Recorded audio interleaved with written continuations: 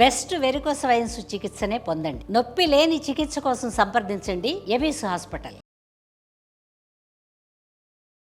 నమస్కారం. మాఘపురాణం 10వ రోజు పారాయణలోకి వచ్చాం. దిలీప మహారాజుకి వశిష్ఠ మహర్షి తెలియజేస్తున్నారు. మృగశృంగుడు ముగ్గురు స్త్రీలని రక్షించాడు. తర్వాత ఏమైంది? వివాహం చేసుకుందాము అనుకున్నాడు సుశీలని. వాళ్ళ నాన్నగారికి వాళ్ళకి తెలియపరిచాడు. ఈ ఫలానా వాళ్ళ అమ్మాయి ఆమె చనిపోయి మళ్ళీ బతికింది, నేను బతికించుకున్నాను, ఈమెనే వివాహం చేసుకుంటానంటే సరే వాళ్ళు వచ్చి ముహూర్తాలు అవి మాట్లాడుకుని మంచి మాటలు మాట్లాడేసరికి ఈ సుశీల స్నేహితురాళ్ళిద్దరు, అంటే ఈ మృగశృంగుని వల్ల జీవించిన ఇద్దరు కన్యలు ఉన్నారు కదా, వాళ్ళు ఏమన్నారంటే, నువ్వు మా స్నేహితురాలైన సుశీల్ని ఇష్టపడ్డావు, అమ్మాయి గుణాలు సద్గుణాలకి వివాహం చేసుకుంటున్నావు, మరి మా సంగతి ఏమిటి, మేమేమవ్వాలి, మమ్మల్ని కూడా ఈ ముహూర్తానికే నువ్వు వివాహం చేసుకో, మా ఇద్దరిని నిరాశపరచద్దని బలవంత పెట్టారట. కానీ ఆ కన్యలు మంకుపట్టు విడవలేదట. ఒకడు ఒక భార్యతోనే సంసారం చేయటం ధర్మయుక్తం, కానీ ముగ్గురు భామలతో కాపురం చేయటం తగని పని అని అతను నచ్చజెప్పబోయాడు. కానీ సరే, వాళ్ళంతా అక్కడ ఉన్నవాళ్ళు, ఆ ఊర్లో ఉన్న పెద్దవాళ్ళు, వివాహం జరిపిస్తున్నటువంటి పురోహితుడు, వాళ్ళు ఏమన్నారంటే, అట్లా ఏమి లేదు నాయన, వివాహం చేసుకోవచ్చు. పూర్వకాలం దశరథ మహారాజుకి ముగ్గురు భార్యలు, శ్రీకృష్ణుడికి ఏకంగా ఎనమండుగురు వివాహక భార్యలే కదా ఆయనకి. ఆదిశంకరునికి కూడా గంగా గౌరీ అని ఇద్దరు భార్యలు ఉన్నారు, పరమేశ్వరుడికి కూడా. వాళ్ళకి లేని అభ్యంతరం నీకెందుకని బలవంత పెట్టేశారు కదా. సరే, ఇతను ఏం చేశాడు, ఒప్పుకున్నాడు. వచ్చిన పెద్దలు కూడా, అయ్యా నీ వల్ల జీవించారు వీళ్ళు, వీళ్ళతో పాటు నీ భార్య ఉందనుకో, కానీ నీ రుణాన ఉండిపోతారు, వివాహం చేసుకోమని చెప్పేశారు కల్లా. సరే, ఇక వాళ్ళు ఎంతసేపు ఏడుస్తుంటే నీకేం జైలు లభిస్తుంది, నీ మీద ప్రేమతోటి ఉన్నారు వాళ్ళు, నీ వల్లే బతికేం కాబట్టి అని నచ్చ చెప్పాక ఆ ఇరువురు కన్యకల్ని కూడా పెళ్లి చేసుకున్నాడు. ముగ్గురు భార్యలతోటి చాలా సంతోషంగా హాయిగా ఉన్నాడు. ఆ మాఘస్నాన ఫలితం వల్లే అతనికి ముగ్గురు భార్యలు లభించారని వశిష్ఠ మహర్షి చెప్తున్నారు. మాఘస్నానం చేస్తే ముగ్గురు వస్తారని మాత్రం అనుకోకండి, చాలా ప్రాబ్లమ్స్ వస్తాయి, ఈ కాలం పాతకాలం కాదు కాబట్టి. సరే, ఇప్పుడు ఈ వివాహాలు ఎన్ని విధాలు ఏమిటి అని ఆయన అడిగేసరికల్లా అప్పుడు అడిగాడనమాట, ఇదేమిటి వివాహం, వీళ్ళు ముగ్గురు కన్యకల్ని ఒకేసారి చేస్తున్నాడు. వివాహాల గురించి దిలీప మహారాజు వశిష్ఠ మహర్షిని అడుగుతున్నాడు, అసలు వివాహాలు ఎన్ని విధాలు, వాటి సంగతి ఏమిటని అడిగితే వివరాలు చెప్పమంటే, వివాహాలు 8 రకాలు: బ్రాహ్మము, దైవతము, ఆర్షము, ప్రాజాపత్యము, అసురము, గాంధర్వము, రాక్షసము, పైశాచికము. వరుని ఆహ్వానించి సాలంకృత కన్యాదానం చేసేది బ్రాహ్మమట. యజ్ఞం కొరకు యజ్ఞం చేయించేవాడికి పిల్లనిచ్చి పెళ్లి చేయటం దైవత్వం అంటారు, దైవతం. 2 గోవుల్ని తీసుకుని కన్యకనిచ్చి పెళ్లి చేయటాన్ని ఆర్షం అంటారు. వీరిద్దరూ కలిసి కాపురం చేయండి అని శాసించే వివాహము ప్రాజాపత్యం, రాజుల కాలాల్లో జరిగేది ఇట్లా. తర్వాత వరుణించి ధనం పుచ్చుకుని కన్యనిచ్చి పెళ్లి చేయటం ఆసురము. అంటే మనకి ఇదివరకు మనకి ముందు తరాల్లో జరిగినటువంటి కన్యాదాన ప్రక్రియ ఇలాంటిది అయ్యి ఉండొచ్చు. ఒకరినొకరు ప్రేమించుకుని వివాహం చేసుకోవటాన్ని గాంధర్వం అంటారు. బలాత్కారంగా కన్యను తెచ్చుకుని వివాహం చేసుకుంటే రాక్షసం. మోసగించి కన్యను తీసుకుపోయి చేసుకునే పెళ్లిని పైశాచికం అంటారు. ఇవి అక్కడక్కడ జరుగుతున్నాయిలేండి, బలాత్కారాలు, పైశాచిక వివాహాలు జరుగుతున్నాయి. గాంధర్వ విధి వివాహాలు కూడా మనకు కనపడుతూనే ఉన్నాయి కదా. అయితే ఇది అధమాధమ పద్ధతులట. పాణిగ్రహణం, పాణిని చెయ్యిని ఇచ్చి పెళ్లి చేసుకుంటారు కాబట్టి, అంటే చెయ్యి అందించి వివాహానికి తీసుకెళ్తారు కాబట్టి పాణిగ్రహణం అంటారు. ఈ అష్టవిధ వివాహాలలో మొదటి 4ని అందరూ ఒప్పుకుంటారు, కానీ అసుర, గాంధర్వ, రాక్షస, పైశాచిక వివాహాలు శాస్త్రసమ్మతమైనవి కావు. రాజుల కాలంలో ఇలా చేయబడేది గాంధర్వ వివాహం, రాజులు వాళ్ళు చేసుకునే వాళ్ళు తప్ప సామాన్య ప్రజానీకం ఎవరు మేము గాంధర్వ విధిని వివాహం చేసుకున్నామంటే అప్పటి కాలం ఒప్పుకునేది కాదట. ఇప్పుడు కూడా అదేమంత మంచిది కాదు, సేఫ్ కూడా కాదు.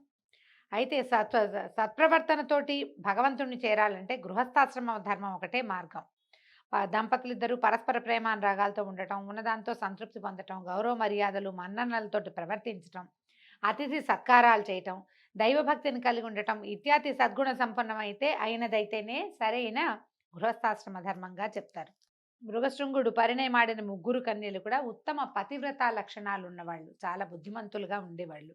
కాబట్టి ఆయన సంసారం 3 పువ్వులు 6 కాయలుగా నడిచింది. వాళ్ళు అట్లా గృహస్థాశ్రమ ధర్మాలు పాటించి సుఖించారు.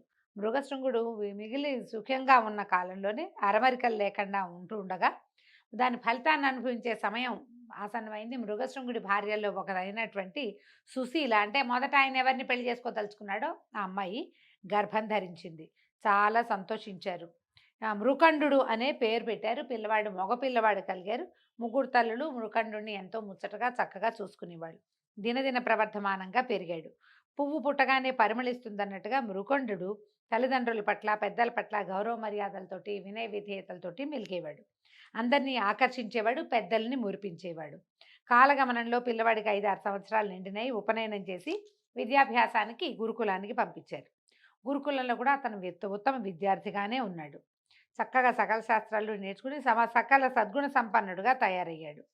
యుక్త వయసు వచ్చేసరికల్లా శాస్త్రకోవిదుడుగా అయ్యాడు. అన్ని శాస్త్రాలు చదువుకున్నాడనమాట. సరే వీళ్ళు ఏం చేశారు, యుక్త వయసు వచ్చాక ఈ మృకండుడికి అతని తల్లిదండ్రులు మరుద్వతి అనే కన్యని ఇచ్చి వివాహం చేశారు. అప్పటి నుంచి గృహస్థాశ్రమాన్ని స్వీకరించాడట. మృగశృంగుని యొక్క మిగిలిన ఇద్దరు భార్యలకి కూడా సంతానం కలిగింది, మగపిల్లలు కలిగారు. ఈ మృకండుడి విషయమే మనకి ప్రత్యేకంగా చెప్తారనమాట. వాళ్ళను కూడా ఇట్లాగే శాస్త్రపారంగతులుగా, పండితోత్తములుగా తీర్చిదిద్ది వాళ్ళకు కూడా వివాహాలు జరిపి కుటుంబ పరివారం అంతా మాఘమాస నదీ స్నానాలు, పూజలు ఇత్యాదులన్నింటినీ విధిగా నిర్వహించేలాగా కట్టడి చేసి ఉంచుకున్నాడట మృగశృంగుడు. క్రమంగా మనుమలు కలిగారు, వంశాభివృద్ధి కలిగింది. శేష జీవితం అంతా చాలా సంతోషంగా ఉండి భగవత్ సాన్నిధ్యంలో గడపటం కోసం అడవికి పోయి తపస్సు చేసుకోవటం మొదలుపెట్టాడు. ఆయన వానప్రస్థాశ్రమం లాంటిది స్వీకరించాడు. మహావిష్ణువుని ప్రసన్నం చేసుకున్నాడు. తర్వాత శ్రీహరి కృపకు పాత్రుడై వైకుంఠ ప్రాప్తిని పొందాడు. సరే, ఈ రకంగా మాఘమాస నదీ స్నానాల వల్ల ఆయనకి తను కోరుకున్న కన్య లభించింది. కన్యతో పాటు మరిద్దరు కన్యకలు లభించారు. వారి వాళ్ళ సంతానం కలిగింది. ఆ సంతానానికి కూడా సంతానం కలిగింది. తను ఎట్లా చదివించదలుచుకున్నాడో, ఎలాంటి విధానం తన కుటుంబంలో కావాలనుకున్నాడో అది ఇతనికి లభించింది. మాఘస్నాన ఫలితమే ఇదని మహర్షి రాజుగారికి చెప్తున్నారు. క్రమంగా ఏమైంది, ఇతను జ్యేష్ఠపుత్రుడైన మృకండు గురించి చెప్తున్నారు. తండ్రి అయిన మృగశృంగుడు అడవికి వెళ్ళిపోయిన తర్వాత మృకండుడే ఈ సంసార భారం అంతా మోసేవాడట. సుఖంగా సంసారం చేసుకునేవాడు, చక్కగా ఇల్లు వాకిలి అతనే హ్యాండిల్ చేసేవాడు. కుటుంబంలో ఏ అశాంతి లేకున్నా కూడా మృకండుడికి ఒక విచారం పట్టి పీడిచేది. అతనికి సంతానం కలగలేదు. చాలా కాలం పట్టిందట. ఒకనాడు నాకే ఎందుకు జరుగుతుంది, సకల శాస్త్ర పారంగతుడిని కదా నేను, పూజలు పునస్కారాలు చేసేటువంటి విష్ణు భక్తుడిని, నేను చేసే పూజలో ఏదైనా లోపం ఉందా, మరి నాకు ఎందుకు సంతానం కలగట్లేదు, కాశీ మహాక్షేత్రమని నీలకంఠునికి ప్రత్యక్ష నిలయమని దాన్ని దర్శించినంత మాత్రమనే సకల కోరికలు సిద్ధిస్తాయి, సమస్త పాపాలు హరిస్తాయి. కాబట్టి అనేక మంది కాశీ విశ్వనాథుని దర్శించి తమ అభీష్టాలు నెరవేర్చుకున్నారు. కాబట్టి నేను కూడా సతీ సమేతంగా వెళ్ళి కాశీ విశ్వనాథుని దర్శనం చేసుకుంటాను. నా సంతానం కావాలన్న నా కోరిక అక్కడికి వెళ్ళాక తీరుతుందని భావించి ఏదో ఏర్పాటు చేసుకుని అతను కాశీ ప్రయాణం చేశాడట. ఆ రోజుల్లో కాశీకి వెళ్ళాలంటే నరకయాతన ఉండేదట. కాశీకి పోయినవాడు కాటికి పోయినవాడు ఒకటేననేవాళ్ళు. పైగా మన వాళ్ళు కాశ్యాంతు మరణాన్ముక్తి అని ఒక వాక్యం చెప్పుకుని ఆ కాశీలో మరణించటానికే వెళ్ళేవాళ్ళు కూడా జాబితాలు కూడా చాలా ఉండేవి అప్పట్లో. దీనికి కారణం ఏంటంటే మార్గమధ్యంలో దట్టమైన అడవి ప్రదేశం, కాలినడకన వెళ్ళాలి, క్రూర మృగాలు ఎక్కువ, విషపూరితమైనటువంటి క్రిమికీటకాలు, తర్వాత ఆహారం లభించేది కాదు, రోజుల తరబడి నడవాల్సి వచ్చేది. ఆనాటి కాశీ ప్రయాణం అత్యంత ప్రమాదభరితంగా ఉండేది. ఒకవేళ ఎవరైనా వెళ్ళి తిరిగి వస్తే కాశీ నుంచి పునర్జన్మ ఎత్తినట్టని బ్రహ్మరథం పట్టేవారట ప్రజలంతా. సరే, అతి కష్టం మీద ఆ అడవినంతా దాటి మృకండు మరుద్వతి సమేతుడుగా కాశీ పుణ్యక్షేత్రానికి చేరుకున్నాడు. కుటుంబాన్ని కూడా తీసుకెళ్ళాడు. కాశీ పుణ్యక్షేత్రం పవిత్ర గంగానదీ తీరంలో ఉంది. ప్రశాంతంగా ప్రవహిస్తున్నటువంటి ఆ పవిత్ర గంగానదిని చూడగానే మృకండు ప్రశాంత చిత్తంతో అక్కడ ప్రసిద్ధి చెందిన మణికర్ణికా ఘట్టంలోని కాలకృత్యాలు, స్నానాదులు చేసుకుని విశ్వేశ్వరుణ్ణి దర్శించాడు. పరమానందం కలిగింది. తన జన్మ ధన్యమైపోయింది అనుకున్నట్ట. కైలాసంలో ఉన్న పరమేశ్వరుని చూస్తున్నట్టే భావించి ఎంతో సంతోషించాడు. సరే, అపుత్రస్య గతిర్నాస్తి అని నీకు తెలియదా బాబా స్వామి, పుత్రులు లేని వాళ్ళకి పున్నామ నరకం వస్తుంది, నన్ను అందులో పడేయద్దు, నేను చేసిన తప్పే ఉంది, అన్నీ బాగున్నాయి కానీ సంతానం కలగటం లేదు అని పరిపరి విధాలుగా ప్రార్థించాడు. సరే, అక్కడి నుంచి ఏం చేశాడు మృకండు, అక్కడ ఒక శివలింగాన్ని ప్రతిష్ఠ చేసి కాశీనగరంలో మృకండేశ్వర లింగం అని నామకరణం చేశాడు. భార్యతో కూడా ఎదురుగుండా ఇంకొక లింగాన్ని ప్రతిష్ఠ చేయించాడు. సంవత్సరం వరకు కాశీలోనే విశ్వేశ్వర సాన్నిధ్యంలోనే ఉన్నాడట. ఒకనాడు పవిత్ర గంగా నదిలో స్నానం చేయడానికి 3 తల్లులతో సహా బయలుదేరాడట. ఇతను విశ్వేశ్వరుని దర్శించుకుని ప్రార్థిస్తూ అక్కడి నుంచి చూస్తున్నాడు అనమాట. అందరూ చూస్తుండగానే అక్కడి నుంచి వెళ్ళి స్వామిని దర్శించారు. వెళ్ళి అక్కడికి వెళ్ళేసరికల్లా ఈ దేవాలయంలో 3 తల్లులు ఒకేసారి ప్రార్థిస్తున్న వాళ్ళు ప్రార్థిస్తున్నట్టే నమస్కార ముద్రలోనే కింద పడిపోయి మరణించారు. తల్లులు పోవటంతో చాలా దుఃఖపడిపోయాడట.